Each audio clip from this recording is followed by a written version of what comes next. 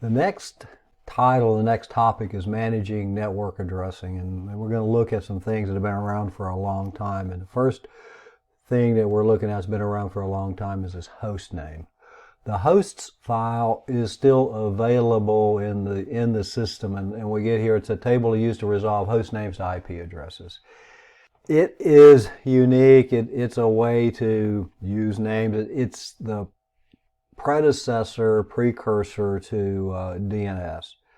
When there were, a dozen, 5, 10, 15 computers in the world, and that time did exist, a long time before we started doing this, you could make a text file and have these names of the devices that you were going to use and the IP addresses that were associated with them.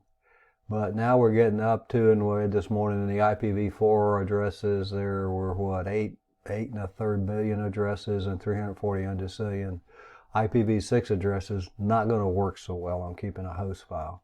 But it is still available. If you're on a Windows system, it's in C:\Windows System 32 drivers etc, the etc file. And we can look at it real quick just to see what it looks like in the Windows system. I think I can. Sometimes it'll let me open it. Windows System 32. So go down to Windows. Drag this over here so you can see the path. We're in the Windows folder. And then I need to go to the System 32. We'll start out here somewhere. The drivers folder. And in the drivers folder, and then there is an etc folder in there. And we have this thing, the hosts file here. And I can open with, and I want to open it with Notepad if it will let me open it. And sure enough, it did. Sometimes it doesn't. Sometimes it doesn't. You really need to be administrative authority. This one doesn't have anything in it. But we could, and this is an example here, if we wanted to do rhinoacme.com, the source server, the pound signs here are comments that go on these things. If I wanted to put something in there, if you want to put a shortcut in here, we could put this IP address in Rhino, would go to the rhino.acme.com. Those are there. The hosts file entries get loaded into your IP config, and if you want to see all of the lookups that you have had, that are registered, go to ipconfig/display DNS, and it'll show you everything that has been there. And I guess we can go ahead and do that. Look at that real quick. So when we get to DNS, what this does is, if it's in this config or in this cache, display DNS. These are all the lookups since I turned this computer on this morning. If you go to a web page, obviously it just gets dozens and dozens and dozens of lookups. This one's getting more than most. I maybe need to look at my system here to see what's going on, or I will check these. But all of the lookups that happen are going to be there. The host file gets loaded first, so if we put something in the host file, it gets loaded into the ipconfig cache, then it doesn't have to go to DNS to look it up. You can override IP addresses there. There are a couple of other things that are in here also that are kind of interesting, I think. When you look at this one, the networks, the campus, and loopback 127, the loopback network here, the network name, network number, we can specify those in there. The protocols are probably going to be, protocol file, probably going to be one of the more interesting ones here. The ICMP, the protocol numbers that go with these things. TCP is protocol number 6. Services, all of the things that are stored here for us in the services here, you're going to see things like the quote of the day, 17, let's go SSH 22, Telnet 23, some of the port numbers that you've been exposed to. Time goes on down, let's see, time, NTP, the NTP protocol is 1, 2, 3, so the listing of services and port numbers are also available in that folder, along with the host file. The LM host file is a NetBIOS, which was the term I couldn't think of yesterday for the NetBIOS name server. The WINS server is a NetBIOS name server. So we have the host file, and this one says may be created on every router in the network and are valid only on the router in which they are built. You can create these things, but they do have to be created on each device. We can create them on a router, we can create them on a switch, so that we can now use names instead of IP addresses. If you're doing Telnet SSH, trying to get from one to the other to do remote administration, can be handy depending on how many devices you have. If you've got a few devices, probably not a big deal. Not such a big deal to just go to the IP address. Remember, when you do these configurations and say, I've got to go to all of them and configure them. Yes, you have to go to all of them and configure them. But when you do the configurations and you've got it one time and it's basically the one you want, you can copy and paste. You can copy the configuration and paste it into another device, and it works to do these things. This one has an entry here, a couple of entries here to www.twitter.com. Twitter.com is where it goes to, 191.168.1.10, mydevice.com. So the host file is something that we can configure. ARP, which we have looked at a little bit earlier and can look at it again. We'll do ARP-A on my device. It is the protocol that takes an IP address and finds the MAC address, because we're going to be using the MAC address in order to communicate to adjacent devices. So this is going to have a listing of adjacent devices. Dynamic means it's going to time out. ARP is one of those protocols that if it's reused, the timer gets reset. If it's not reused, the timer doesn't get reset and it eventually goes away. We can have dynamic addresses and static addresses. You can configure your own static address if you want to. A displays the current ARP entries by interrogating the current protocol data. G, same as A. V displays the entries. D deletes. S adds a host and associates the internet with a physical address, is given a 6-bit hexadecimal number. The number is permanent. So S for static if you want to have one there. Why would you want to do that? Maybe you want to put one in for your default gateway. Default gateway is one of the things that hackers can use in order to do a man-in-the-middle attack. What do? Is they're going to go and do an ARP reply message. An ARP reply message and say, hey, my MAC address, associate my MAC address with whatever the default gateway is, so that all of the traffic is then going to go through that particular resource. And let me go in here and let's filter on ARP just to look, and I think we've looked at these before. The ARP request messages are broadcast messages, and if we go and look at all the stuff we've talked about, FFFF, the source is going to be my MAC address. The ARP reply messages are going to be unicast, and we're really talking things are going to be sent back and forth at layer 2, because we don't know. We're trying to find the IP address MAC address association. So we use a broadcast here, and you notice that in the ARP hardware, IPv4 goes on down, the sender MAC address, the sender IP address, the target MAC address, target IP address. Things that are going to go in, this is in the ARP reply. In the ARP request, similar things, except that the target MAC address is like the unknown, all of the zeros here when we do that. So that's what we're looking for, and that comes back in the ARP reply. What an interloper, a hacker, will do when they're trying to do a man-in-the-middle attack is they'll send this ARP reply message to everybody on the network and say, my MAC address, associate my MAC address with the 192.168.1.1, the default gateway, and then all the traffic is going to go through them. They can sit and read the traffic when they do that. So the host or router can find the MAC address of another host or a recipient here, and the host sends an ARP request message asking for the MAC address of a destination host, a broadcast message, and then the destination provides the address via an ARP reply message. The ARP reply message is not a broadcast, it's a unicast message. So all of those ARP requests, and there were a whole bunch of them, and only one reply because it was a unicast. The only reply I would get would be the device that I was actually doing that's running that sniffer on.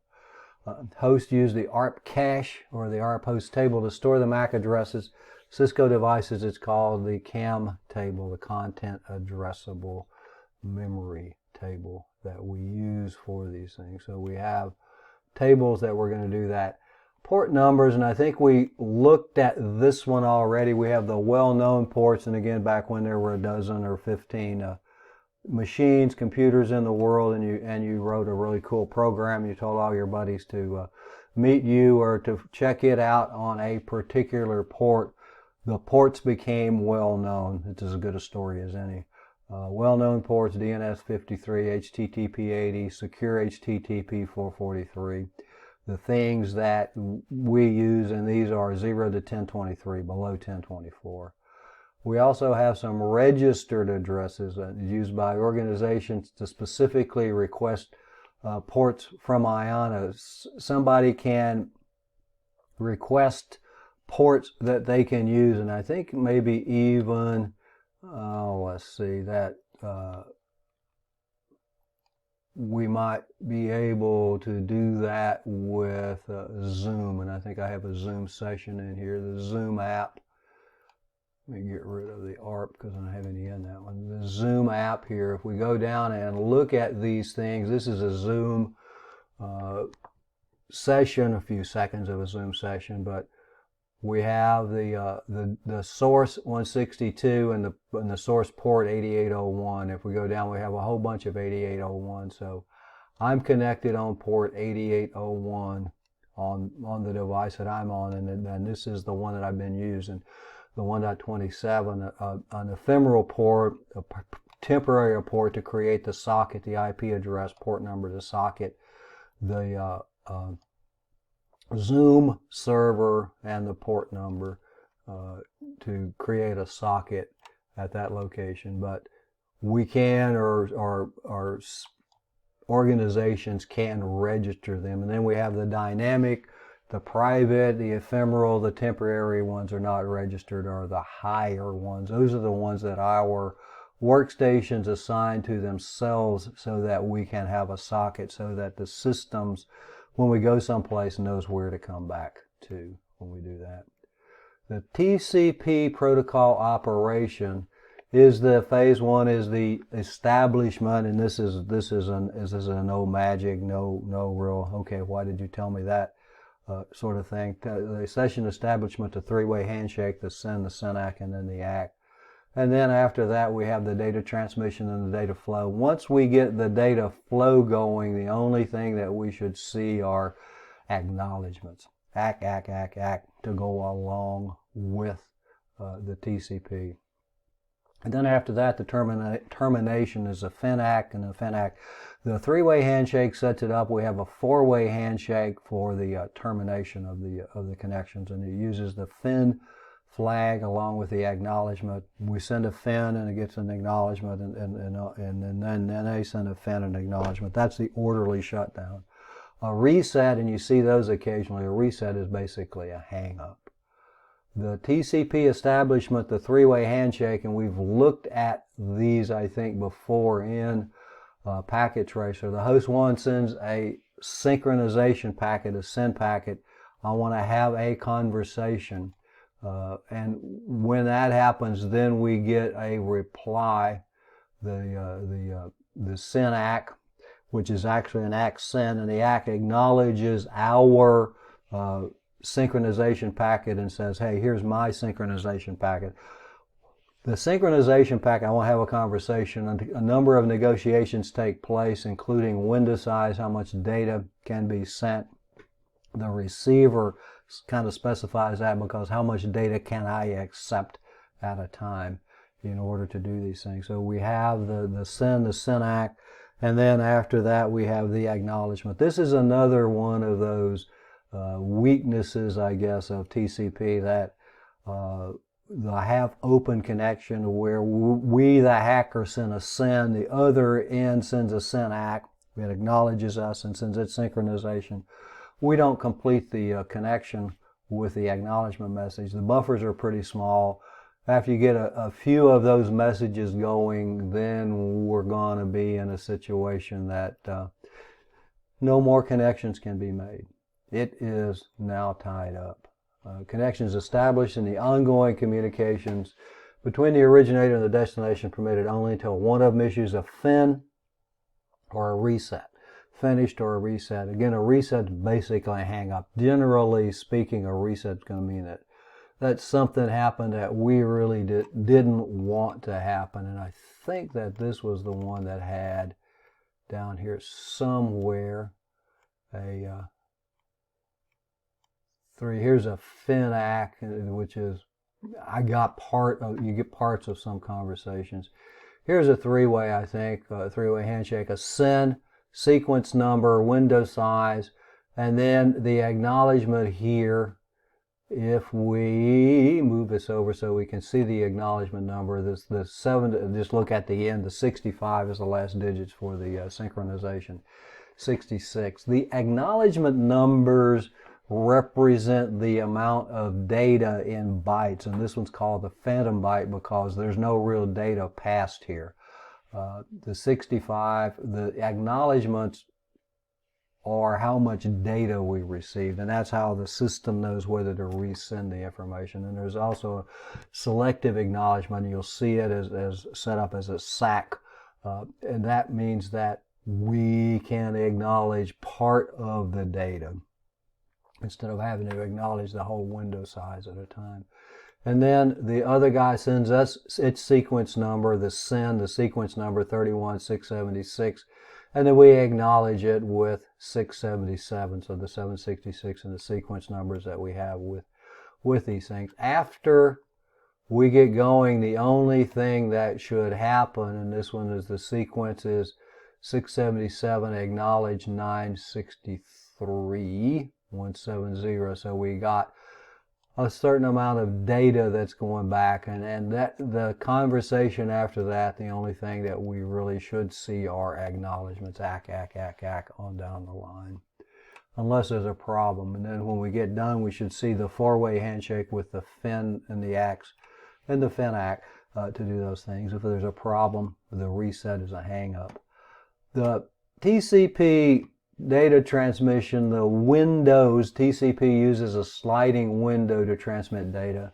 The receiver specifies the window size, the number of data bits before we actually have to send an acknowledgement message.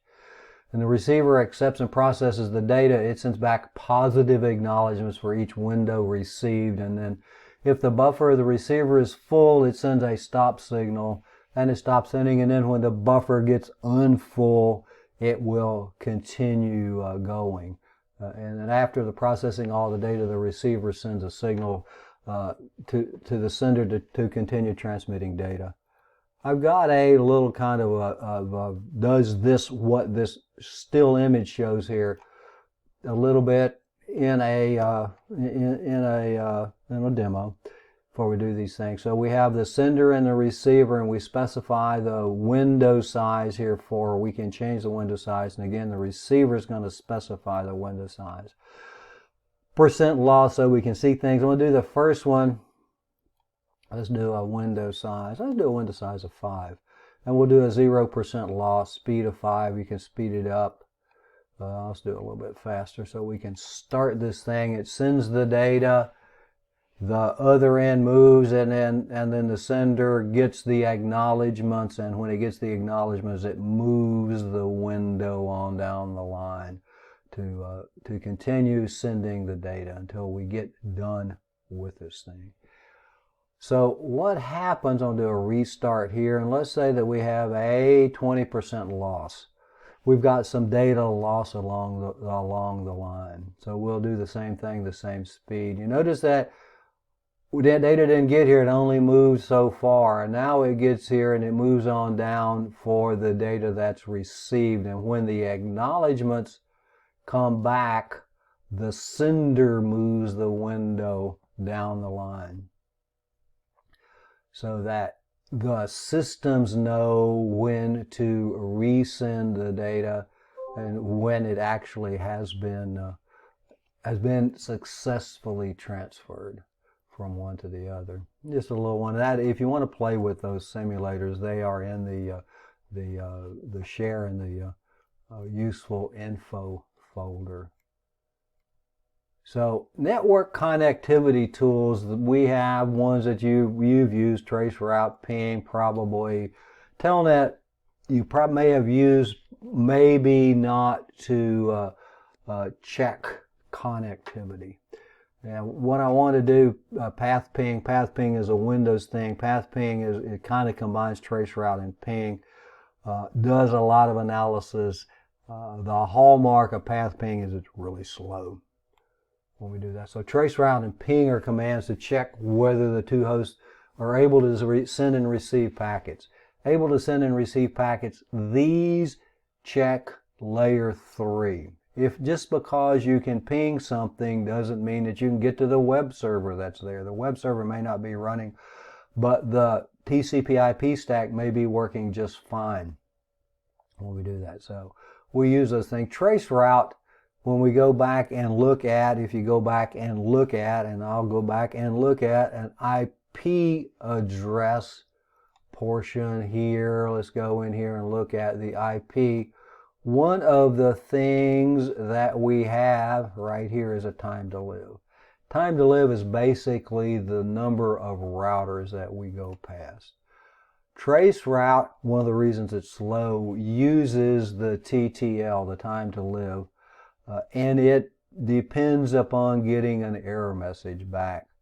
What it will do is it'll set for the first attempt, we'll get to the first router, we'll set the TTL to 1.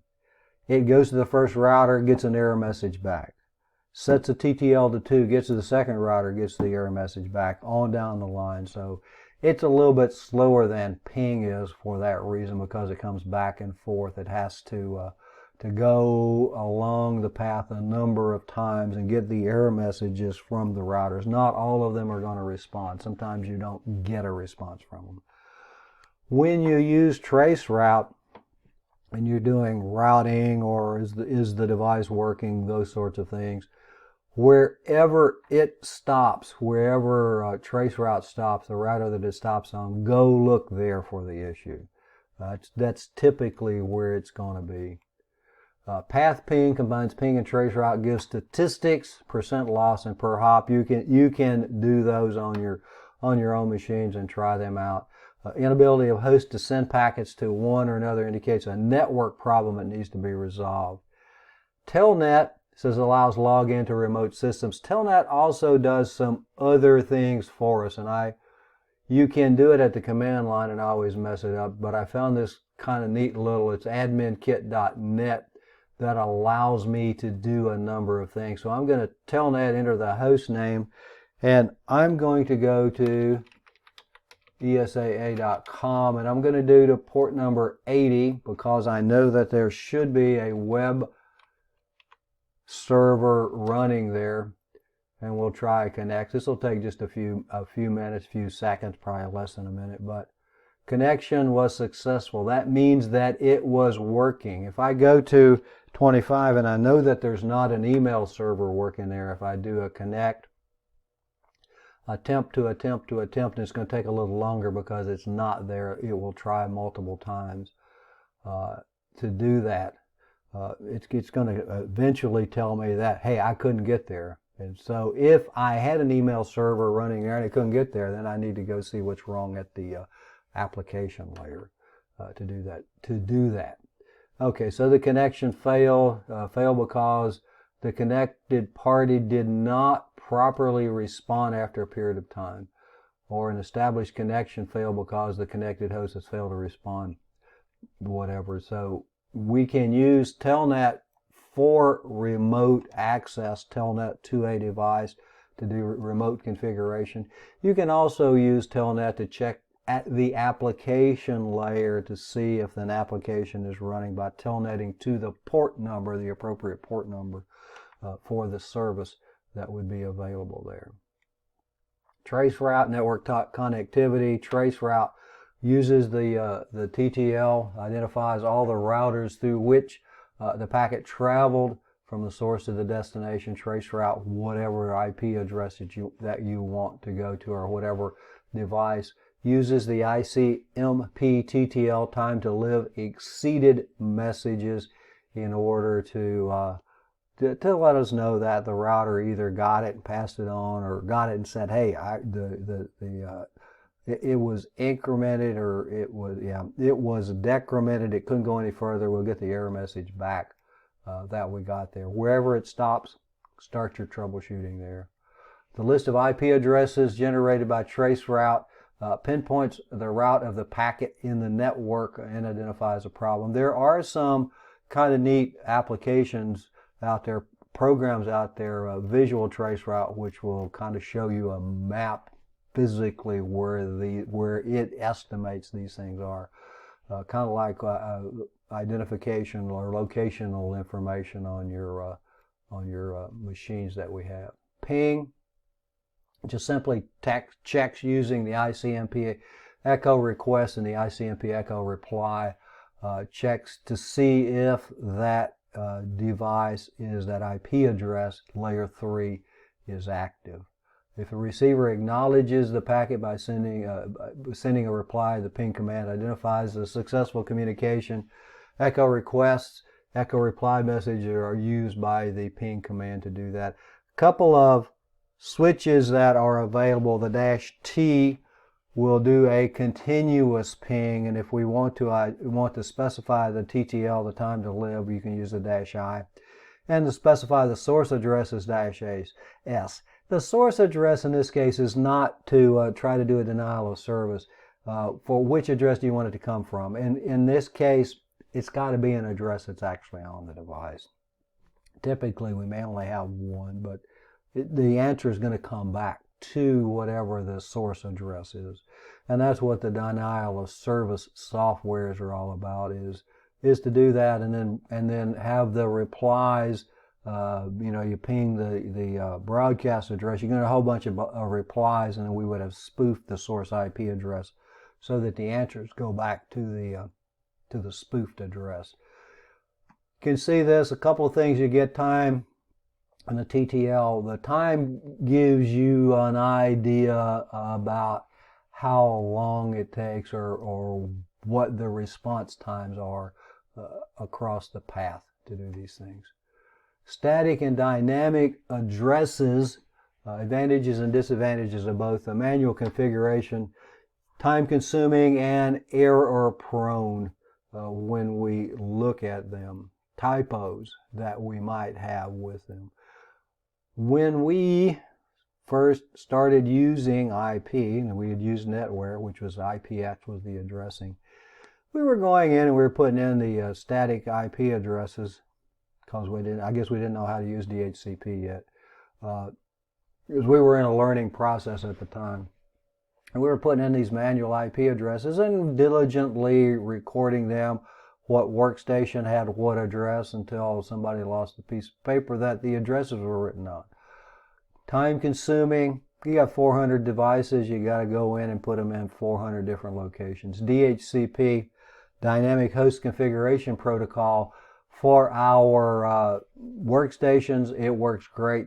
Not suitable for some devices that need constant IP network access or network addresses. DNS servers, for instance, we have to specify the DNS server that we're going to go do the lookups from.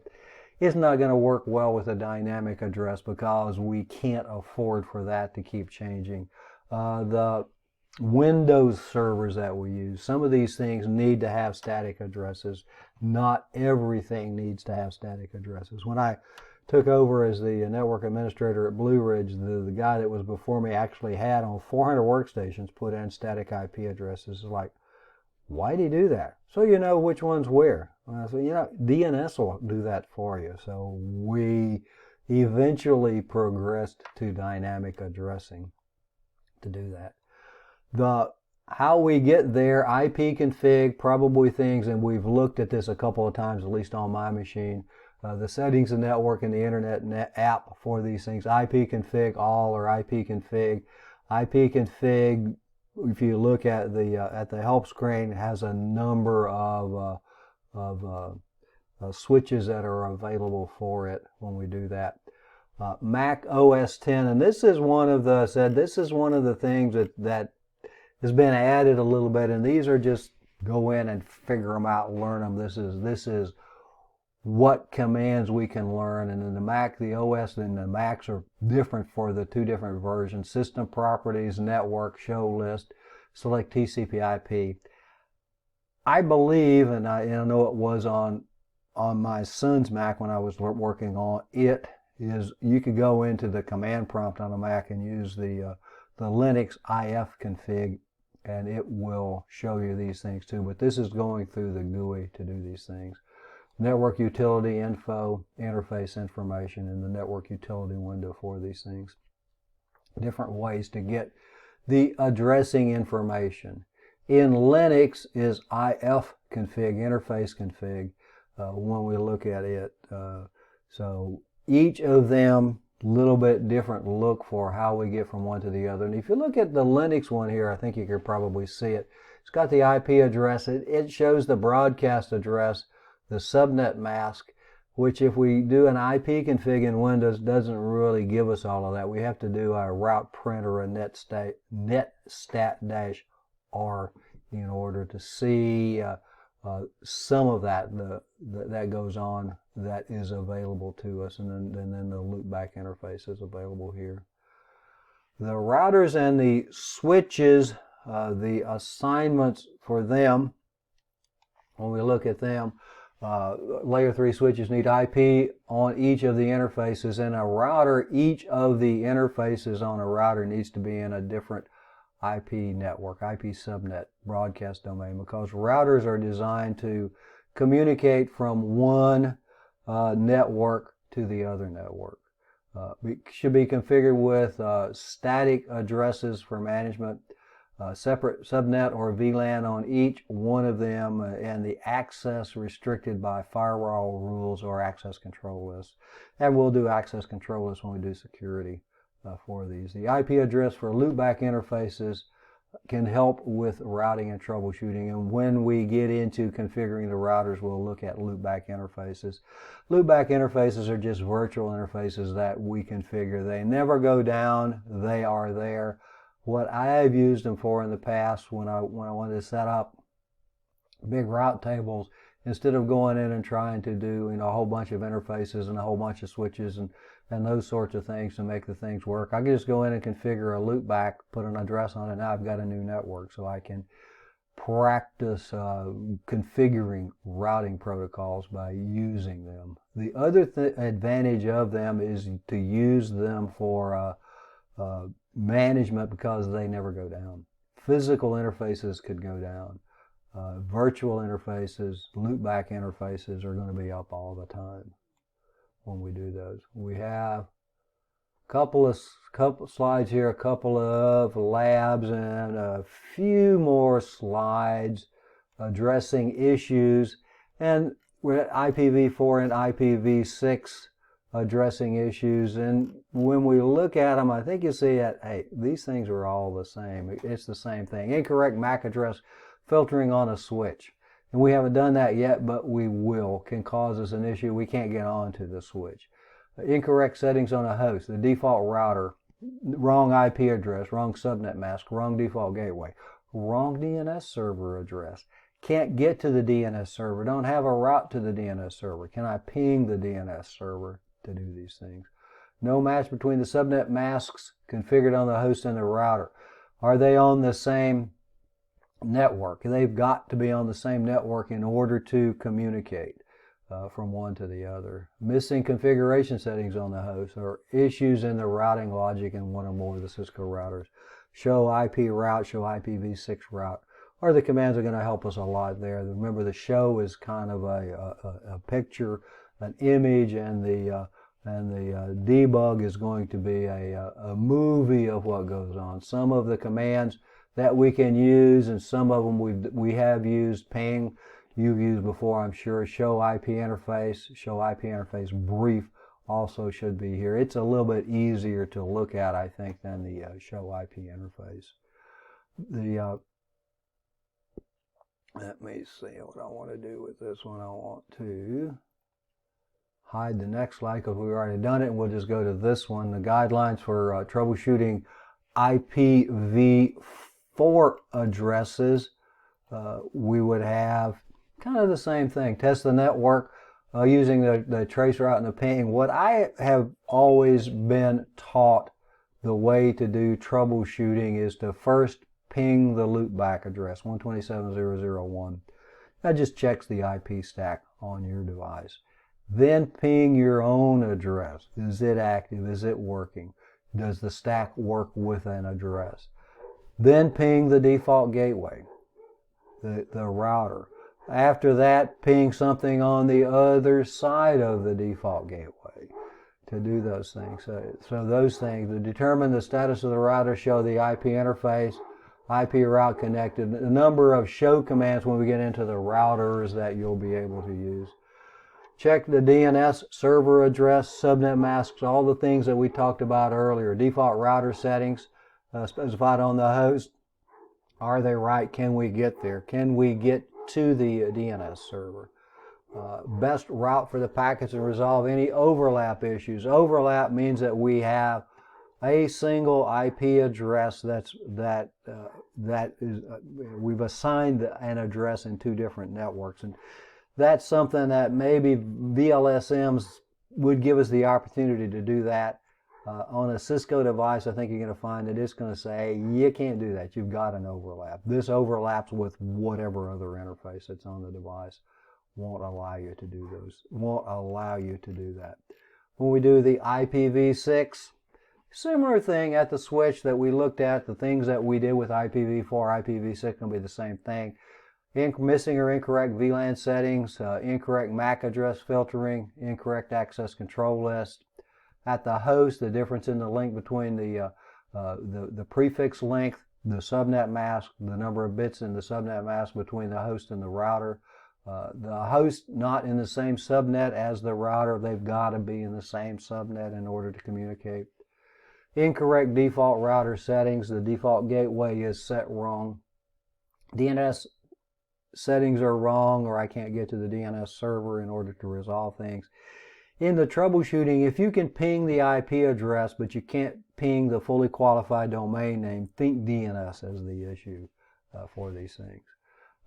Routers, often due to violating IPv6 rules, we have to enable IPv6 on all routers. These are things that we'll do when we do the routers. When we do that, we have to enable IPv6 unicast routing is the command that we'll use. It's not enabled by default. IPv4 routing is. IPv6 routes to all subnets. They've got to maintain those. The interfaces should be in an up state when we do a show IP interface brief. We talked about that yesterday. The first up or down is the physical. The second up or down is in the show IP interface brief is the layer 2 protocol. The same data length got to be present in the same IPv6 subnet. Same thing here, the appropriate tools, ping, trace route, show IPv6, except ping will have to specify the protocol, trace route will have to specify the protocol. The show commands, if we just show IP route, it's going to just show us the IPv4 route, show IPv6, show IPv6 interface, and on down the line when we do those things. Static IP settings, are they correct? In IPv6, it is a lot easier. It's easy to make a mistake in IPv4. It's a lot easier to make a mistake in IPv6. Prefix link settings match at the host and the default router. Host and the router are identified in the same VLAN. Same things that we had in IPv4. Same issues that we would have in IPv4. The things that have to match when we do those things. Whether there's a failure in the stateful or stateless auto configuration. This would again be, we talked about that. The same concept for IPv4 would be, is the DHCP server working correctly? when we do those things. A trace route to see if there's problems in the routing of the packets, or if the packets are discarded by the access control list filters that we have. Ping and trace route commands are the commonly used commands. We looked at those or talked about those a little bit.